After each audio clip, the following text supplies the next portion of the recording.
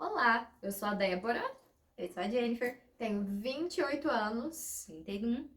e nós duas temos diagnóstico de transtorno do espectro autista. Bem, hoje nós queremos contar um pouco para vocês de como nós chegamos a esse diagnóstico, né? Como que nosso diagnóstico é recente.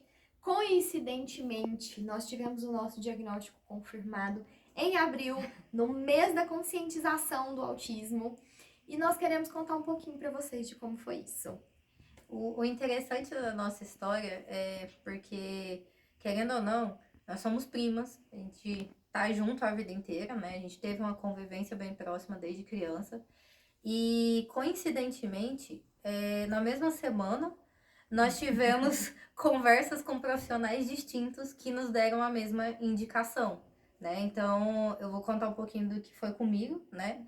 E aí, a gente acabou se encontrando depois e falando mais sobre o assunto, mas eu tinha ido no psiquiatra porque estava suspeitando de síndrome de burnout. Estava numa fase muito complicada, trabalhando bastante, estava bem cansada, fui no psiquiatra por essa razão. Conversando com ele, eu me lembrei de algumas coisas que uma profissional, que ela trabalha com autistas, né, só que ela trabalha com crianças, que ela já tinha me falado várias vezes que eu tinha algumas características, mas eu sempre levei na brincadeira, nunca imaginei que aquele nome que as pessoas te dão de você é diferente, você é isso e aquilo, que isso tivesse um nome, né? Então eu sempre achei que fosse brincadeira. Era uma pessoa que convivia muito com Uma você. pessoa que convive muito comigo. Então, conversando com o psiquiatra, eu falei, vou contar para ele um pouco sobre isso, né? E conversei com ele, contei, falei das características que ela já tinha apontado para mim. E ele falou, no final da nossa sessão, ele falou, olha, eu queria que você fosse para casa e pesquisasse um pouco sobre a síndrome de Asperger, sobre o autismo de alto desempenho, foi o que ele me falou. Então, eu fui para casa com essa tarefa de casa aí, né? Naquela semana foi quando eu encontrei a Débora, né? E a gente foi tomar um café junto e ela me contou como tinha sido a experiência dela com o psicólogo. Eu, na verdade, quem começou a desconfiar foi eu mesma. No ano passado, eu tive alguns problemas no meio em que eu convivia e todo mundo começou a questionar que eu era muito ingênua e aquilo ficou muito na minha cabeça porque eu já escutei isso a vida inteira. Em seguida desse problema, eu bati o meu carro num carro parado. Quando veio essa história desse carro, eu já fiquei assim, tem algo de muito errado comigo. E de início eu pensei que fosse só um TDAH. No caso, TDA, né? Sem hiperatividade. É porque de fato o meu déficit de atenção é num nível muito fora do comum. Sim, ela já bateu num poste também. Eu desloquei a mandíbula nessa brincadeira. E assim, eu comecei a estudar um pouco sobre o TDAH. Com isso, apareceu uma postagem aleatória no Instagram falando de uma pessoa que é autista, que também teve o diagnóstico já adulta. E eu não sabia que havia essa possibilidade. E eu me identifiquei muito, né, com as postagens dessa pessoa. E ela falava um pouco sobre como era difícil sair de casa, porque era perigoso, porque ela sempre se machucava muito. E aí eu fui me identificando com essa brincadeira. Comentei com o psicólogo. Tô rindo, mas com respeito. Não, gente, é porque é algo muito constante. É muita rata para uma pessoa só. Sim, ela se machuca mesmo, de verdade, sempre. Eu já fui atropelada por moto 2 vezes. Quem que vocês conhecem que conseguiu fazer isso? Eu não conheço ninguém. 2 vezes não. 2 vezes não.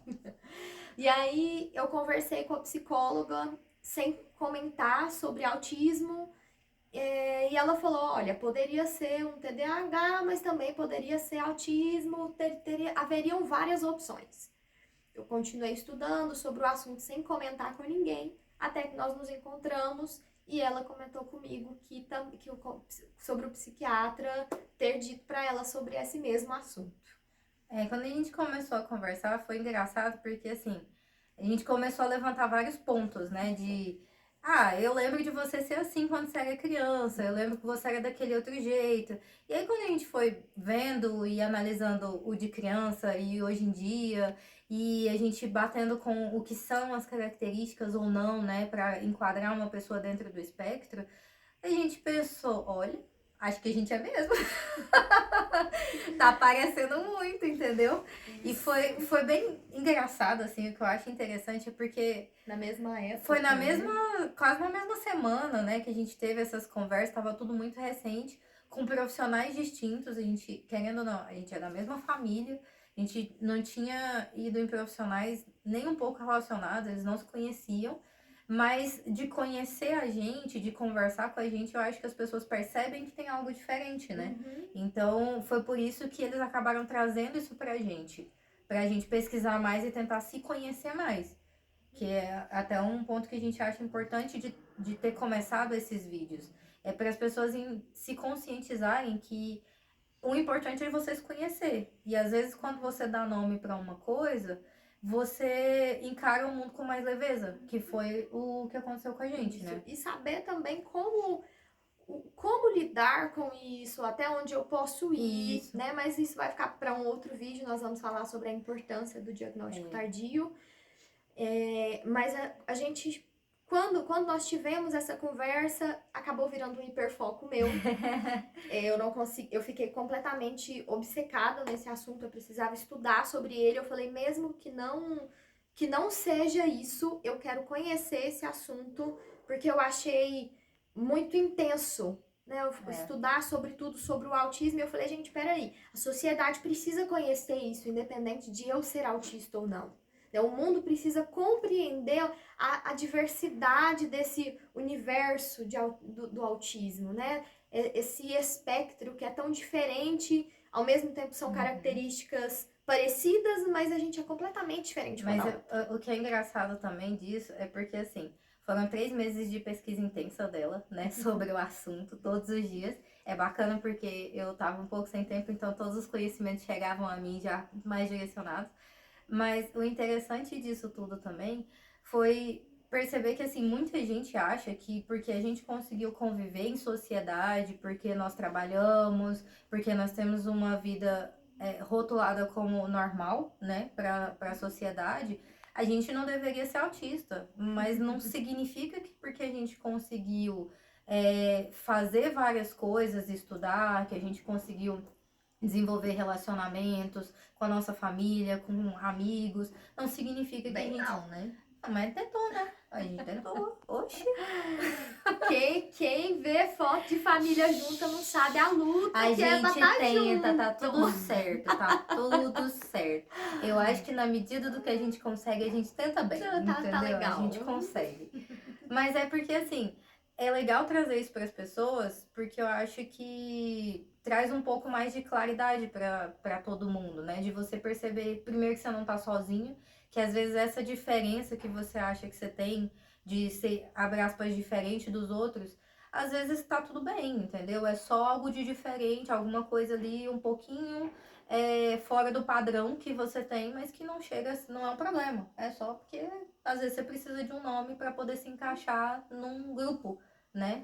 Que foi o que aconteceu com a gente. E aí ela roubou meu psiquiatra, né?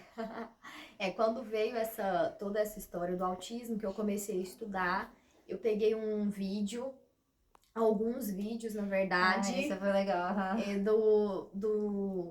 de um site do YouTube que é o pessoal Família. Não, Mamãe Tagarela. E eu peguei um vídeo e assim, tudo eu faço uma lista. Tudo na minha vida tem uma lista. E ela foi lá em casa pra gente fazer a lista pra mim também. E eu peguei esse vídeo, falavam de 25 características de pessoas autistas. Desse vídeo, nós nos identificamos com 22. Se fosse medicina, a gente passava, entendeu? Era basicamente isso. Podia ser prova do Enem, mas se fosse uma provinha do Enem, ó, a gente tinha passado. E aí, quando eu peguei essa lista e a gente começou a questionar junto com os nossos esposos, né? O marido da Jennifer fez junto com a gente. Até a gente se divertiu um pouco, porque eu falei... Às vezes ela falava assim... Nossa, eu falava pra ela, né? Eu nunca percebi, nunca te achei sem noção. O marido dela falou pra mim, é porque você é muito mais. É só porque quando a gente compara com ela, eu sou uma pessoa muito tranquila, entendeu? Mas não significa que às vezes eu não tenho umas gafas, porque eu nunca bati a cara no post, eu não faço essas coisas, né? Eu dou um pouco mais de atenção. Ela é um pouco mais introspectiva do que eu. Né? Eu sou a pessoa que vai chegar no lugar E se não gostar do atendimento, eu vou falar, eu não vou pagar os 10% porque eu não gostei. Eu O vou embora atendimento foi ruim. calada, insatisfeita e vida que segue. É isso aí. Então a gente. Então é isso, a gente queria mostrar um pouco de como a gente chegou nisso, né? Foi uma pergunta que eu recebi muito nos últimos dias. Talvez a gente faça um vídeo depois falando separadamente, né? De forma mais detalhada. Mas a gente queria só deixar assim que é importante você procurar. Às vezes você acha que tem algo que vale a pena, que tem alguma coisa ali que está te incomodando, tem uma característica que você às vezes quer avaliar para se conhecer melhor, procura um profissional responsável, procura um profissional com boa indicação, porque principalmente foi uma coisa que eu ouvi bastante quando eu estava estudando sobre isso também, e do meu psiquiatra. É que, assim, é importante quando você vai ter o diagnóstico de autismo tardio que você procure profissionais especializados nisso. Porque muitas pessoas ainda são diagnosticadas de forma incorreta, né? Às vezes a pessoa não tá com essa especialidade, então ela acaba não se atentando aos detalhes que encaixam, às vezes, a pessoa no espectro. Então, é importante, sim, ter aquela pessoa de indicação, você procurar ali um profissional qualificado para ter esse diagnóstico. Eu acho que ajuda bastante, pelo menos é algo que pra gente tem feito muita diferença, que é um vídeo que a gente faz depois, né, falando sobre essa importância, igual ela comentou. Mas é só para indicar que, assim, é legal fazer, é legal ir atrás, mas é importante fazer isso com consciência e sempre com profissionais muito responsáveis para fazer esse acompanhamento.